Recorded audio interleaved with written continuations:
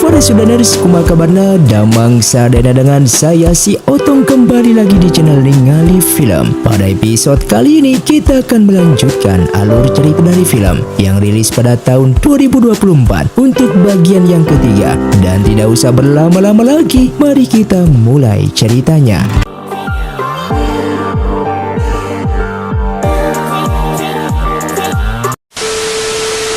Film pun dilanjutkan dengan diperlihatkannya mereka yang melanjutkan perjalanannya ke mata air Piti untuk menyelidiki pasukan Lilong dan menangkapnya, sekaligus mencari keberadaan tabib terkenal di sana yang mampu menawarkan racun di dalam tubuhnya ini. Namun sebelum ke sana, mereka akan singgah di benteng Langhuan milik teman lamanya. Hingga sampailah mereka di sana dan masuk ke dalam benteng, yang langsung terkejut ketika melihat benda-benda di wilayah tersebut yang begitu antik dan cantik yang tidak pernah mereka lihat selama ini.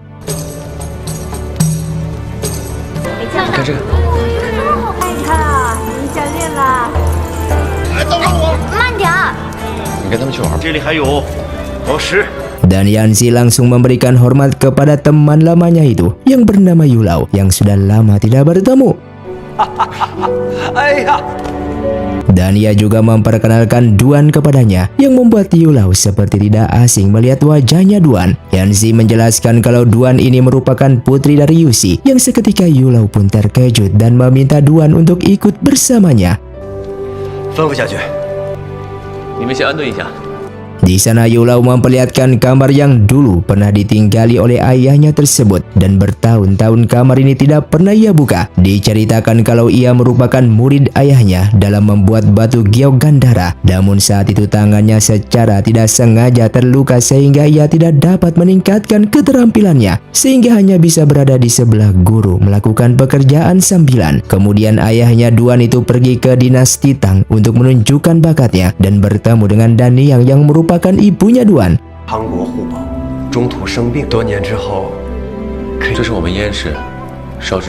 Setelah perpisahan antara murid dan guru, kami tidak pernah bertemu selama bertahun-tahun. Hingga kemudian saat ayahnya Duan menemani ayahnya Yanzi untuk melindungi harta karun, ayahnya Duan sakit di dalam perjalanan sehingga tinggal di sini sebentar. Namun di saat ayahnya Duan akan pulang, mereka justru dicegat dan dibunuh oleh pencuri Lilong sehingga meninggal di padang pasir. Namun saat itu ibunya Duan yang sedang hamil dan berada di keluarga Yan sebagai pelayan tidak tahu kalau suaminya tersebut sudah tiada.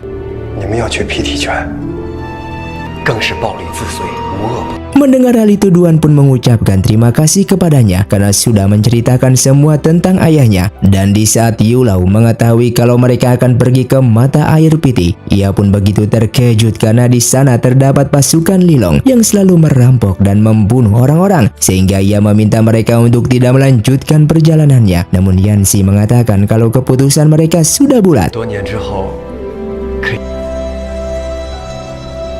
Setelah itu Yanzi menceritakan kalau mutiara darah milik ibunya Duan tersebut merupakan benda yang diincar oleh pasukan Lilong, sehingga ia meminta mutiaranya diberikan kepada dirinya untuk ia simpan karena sangat berbahaya jika disimpan olehnya. Mendengar hal itu, Duan bertanya kenapa semua orang menginginkan mutiara tersebut, dan Yanzi menjawab kalau mutiara darah ini menyimpan peta harta karun Gulestran.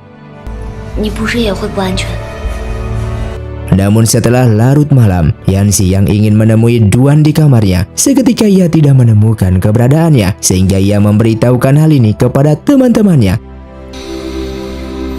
Mereka yang mencari ke beberapa tempat, namun masih belum menemukannya. Hingga keesokan paginya, ternyata Duan diculik dan berada di sebuah tempat.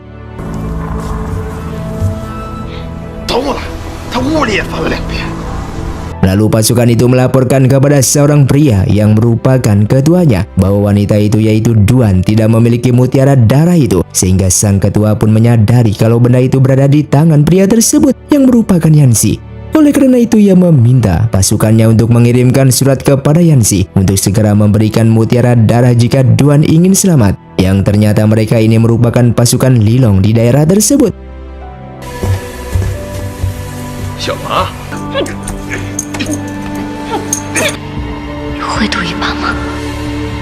Hingga di malam harinya, Yanxi pun mendapatkan surat ancaman itu dengan meminta dirinya memberikan mutiara darah tersebut.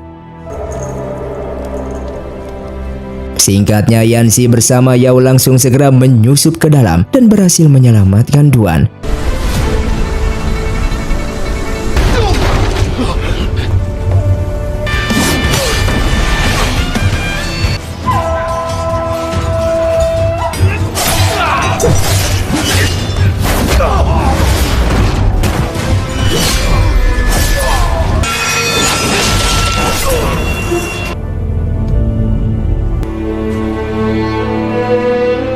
Ia yang sudah kembali dengan melihat Duan yang masih tak sadarkan diri. Sesaat Yao pun datang dengan memberitahukan kalau tabib yang ingin menyembuhkan Yanxi dari racun tersebut ternyata kini telah mati dibunuh. Mereka yang ke sana seketika melihat senjata milik pasukan Lilong yang telah membunuh sang tabib, dan sepertinya pasukan Lilong sudah mengetahui kalau Yanxi sedang keracunan. Oleh karena itu semua obat-obatan yang ada di sini telah dicuri oleh mereka. Bahkan pasukan Lilong mengancam kalau malam ini mereka akan menyerang.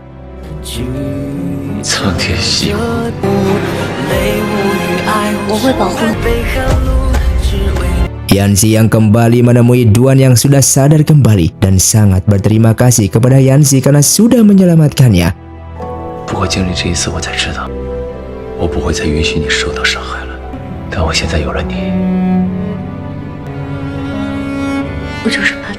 Hingga di malam harinya, ia pun mengumpulkan semua pasukannya untuk berperang dengan pasukan Lilong yang sebentar lagi akan datang.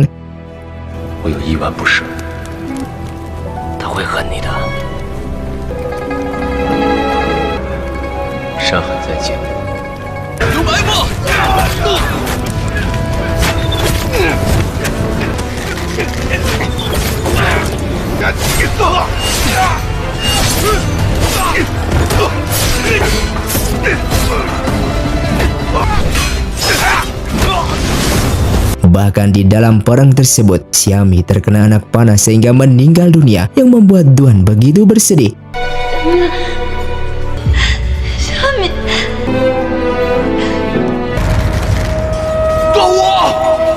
Tidak hanya itu, Duan juga terkena anak panah.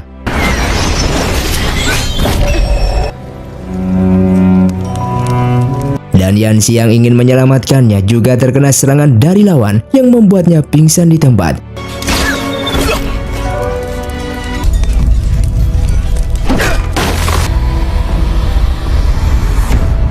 Singkatnya mereka yang kalah, Yao lalu menyelamatkan sang ketua dengan membawanya pergi dari tempat tersebut.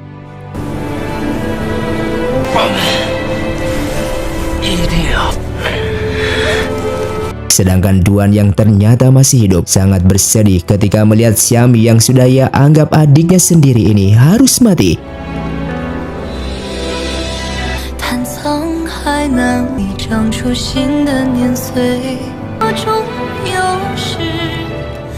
Mengetahui kalau Duan tidak ada di sisinya, Yanxi begitu marah kepada Yao karena kenapa tidak membawa Duan pergi bersama mereka.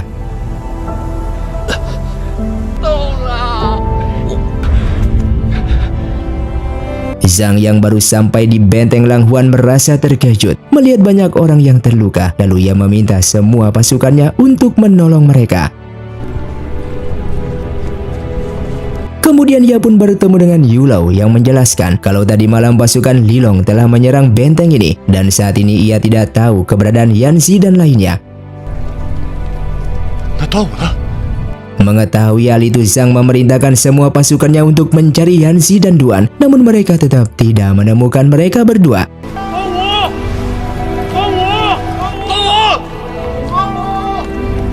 Yang ternyata saat ini Duan sedang berjalan seorang diri, melangkah jauh dari sana tanpa mengetahui kemana ia akan pergi.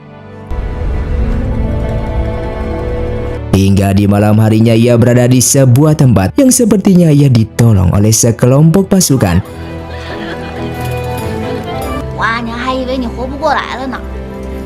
Mengetahui Duan sudah sadar kembali, wanita yang sudah menolongnya itu langsung memberikannya ia minum dan bertanya kepada Duan di mana keluarganya, yang membuat Duan begitu bersedih mendengarnya dengan mengingat kejadian sebelumnya. Bahkan di sana ia menganggap kalau Yanxi sengaja memanah dirinya hingga Xiaomi terbunuh olehnya. Padahal saat itu Yanxi ingin menyelamatkannya karena dari atas ada salah satu pasukan Lilong yang akan memanah mereka berdua.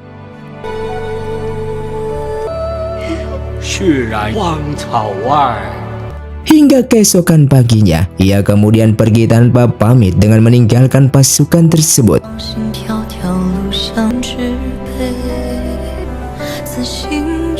Ia yang berhasil melewati gurun pasir yang panas, namun ia juga harus melewati wilayah yang begitu dingin.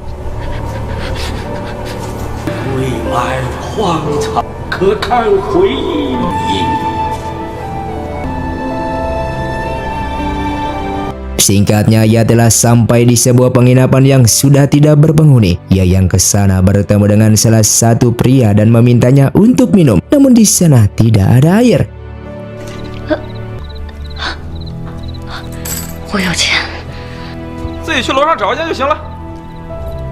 Tak lama setelah itu datang kelompok tersebut yang sepertinya sedang menculik seorang wanita, yang ternyata wanita itu adalah Yueyun.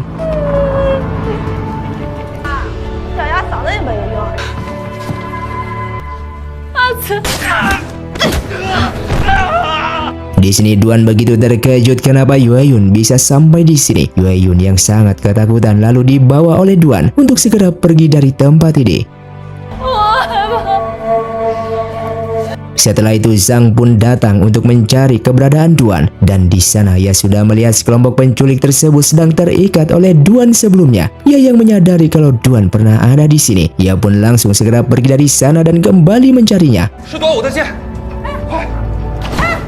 Singkatnya, keesokan paginya, mereka yang berhasil sampai di sebuah kota dan menginap di sana. Duan pun lalu bertanya kenapa Yueyun bisa berpisah dengan Zhang. Yueyun mengatakan kalau ia mencemaskan mereka karena ia mendengar kalau mereka telah diserang oleh pasukan Lilong. Hingga pada akhirnya ia pun nekat seorang diri untuk ke sana. Namun di dalam perjalanannya, ia justru bertemu dengan penculik tersebut. Mendengar hal itu, Duan memintanya untuk segera pergi dari sini dengan memberikan uang kepadanya. Namun Yueyun yang menangis memaksa untuk ikut bersama Duan yang sudah ia anggap sebagai kakaknya sendiri.